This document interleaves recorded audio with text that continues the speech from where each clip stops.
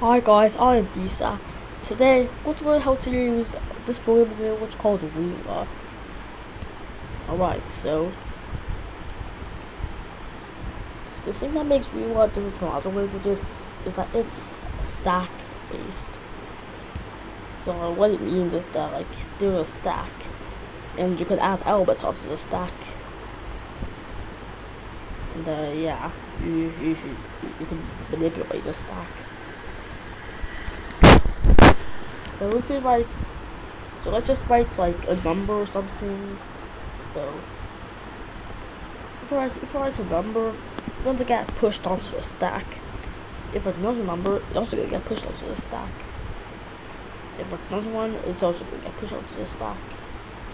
Alright, so in Uiua, usually the top item of the stack is at the bottom. So 4 is the top item of the stack, but it's at the bottom because, yeah. There are also arrays. So we use these two square brackets to create arrays. So let's say 5, 3, 4, 3.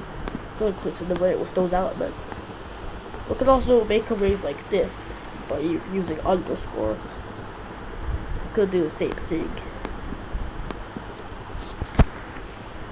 Alright, so first we'll go over basic stack operations. Code in Uiua runs from left to right. So if I run command 1 then command 2 is gonna run first, then command 1 because left to right. Alright, so let's do this command. So let's add 5 and 2 onto the stack, and then use the plus function, which adds the values. I'm gonna add the top 2 values of the stack. So let's say I add 3. Let's change this to 6. So 2 and 3 are the top values of the stack, so it's gonna add them together. And 6, it's just gonna stay there because it's not one of the 2 top values. So I can simplify it into this.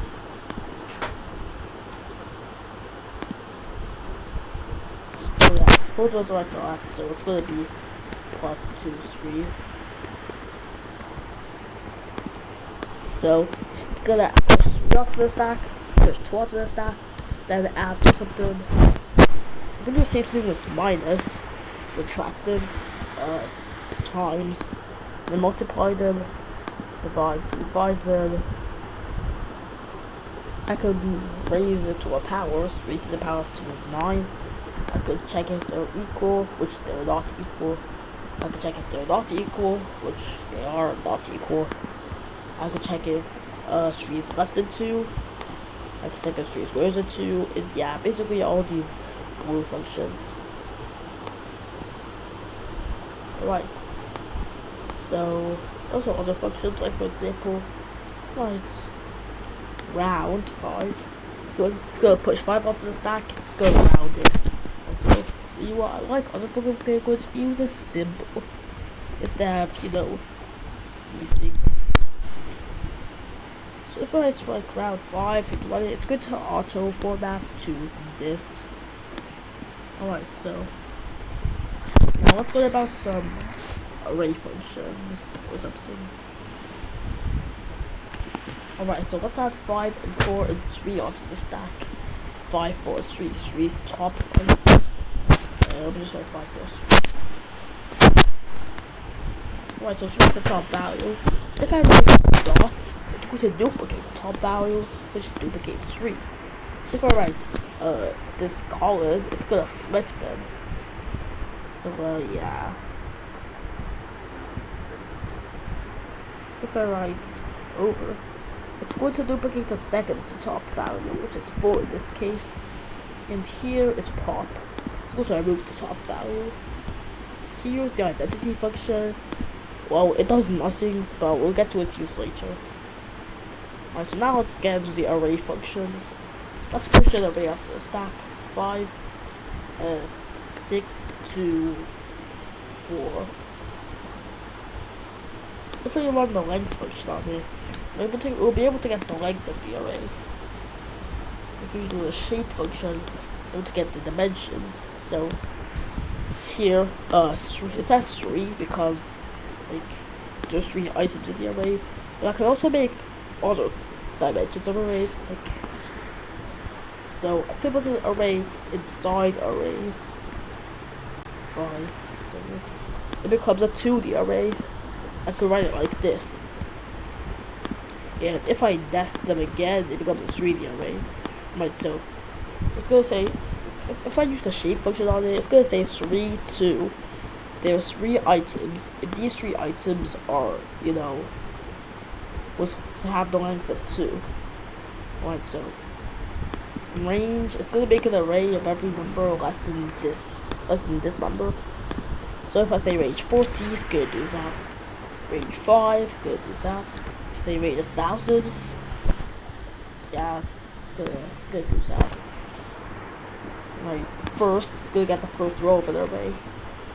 If I 5, 3, 2, it's gonna say 5, because that's the first one. Reverse is the rest of an array. So if I say 5, 4, 7, it's gonna give us 7, 4, 5. The shape, it makes an array one-dimensional. So let's say I have 5, underscore 4, 4, underscore 3. Let's run the shape function before the shape function. It's gonna tell us the shape, which is 2, 2. So let's just pop that out there.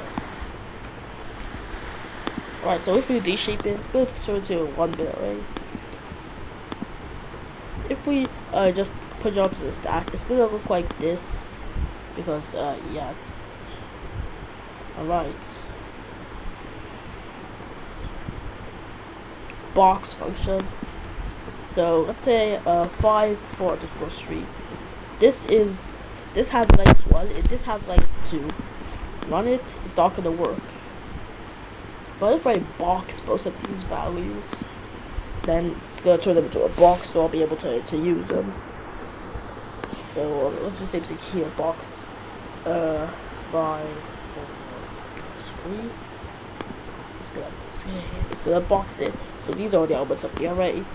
Boxing the array basically just makes you able to do that.